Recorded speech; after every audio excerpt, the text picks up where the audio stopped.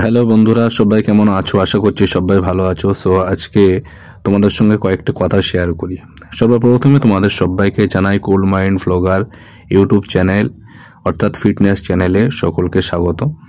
তো স্বাগত জানিয়ে সবাইকে একটা কথা বলি, কিছু কিছু পাবলিক আছে হঠাৎ করে নতুন নতুন জিমে ভর্তি হয়ে গেল।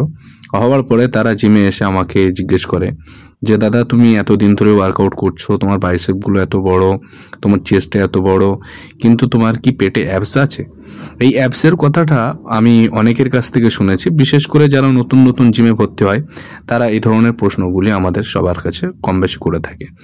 এখন ঘটনা হচ্ছে তারা জানে না একটা জিনিস, যে অ্যাবস কিভাবে তৈরি করতে হয়, আর কখন তৈরি করে মানুষ, আর কেন তৈরি করে, আর অ্যাবস থাকলেই কি সে বডি বিল্ডার, আর না থাকলে সে বডি বিল্ডার নয়।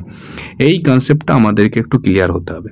সর্বপ্রথমে তোমাদেরকে বলে রাখি, কিছু কিছু ছেলে আছে যারা জিমে আসে, রোগা পাটকা ছেলে, পেটের মধ্যে কিছু অ্যাবস রয়েছে। তো আমি তাদেরকে বলবো, তাদেরকে ছোট করার জন্য বলছি না, বাট আমি এখানে বলছি হয় তাদের পুষ্টির অভাব, বা খেতে পাচ্ছে না, না খেয়ে খেয়ে, বা লিভারের গন্ডগোল ঠিকঠাক করে হজম হচ্ছে না, যার ফলে হয়তো তাদের এরকম পেটে হয়ে গেছে। ঘটনা হচ্ছে, তোমাদেরকে একটা কথা বলি, যারা গাছ কাটা কাজ করে তাদের কর্মটাকে আমি ছোট নজরে দেখছি না, কিন্তু এখানে বলতে বাধ্য হচ্ছি।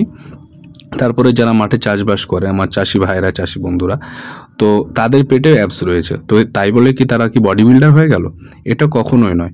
অতএব অ্যাবস জিনিসটা আলাদা। একটা ছেলে, সে তার ফুল বডি ওয়েট হচ্ছে 55 কেজি, তো তার মাংস কোথায় বডির, আর চর্বি বা কোথায়, আর তার অ্যাবস বা কোথায়, বা তার মার্সেল বা কোথায়?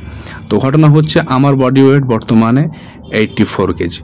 তো 84 কেজি একটা বডি ওয়েট নিয়ে সেখানে অ্যাবস তৈরি করা, এটা অনেকটা ডিফিকাল্ট। আর সব থেকে বড় জিনিস হচ্ছে, আমি তো এই মুহূর্তে কম্পিটিশান খেলছি না।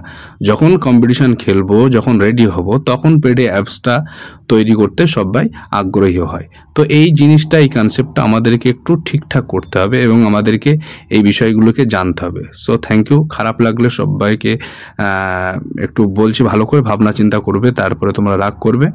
আর সাথে সাথে তোমরা খাও দাও ভালো মন্দ, এবং সাথে সাথে ফাটিয়ে ওয়ার্কআউট করো, ভালো ফিজিক্স বানাও, এতটুকুই আশা করছি। সো থ্যাংক ইউ, দেখা হচ্ছে পরবর্তী ভিডিওতে।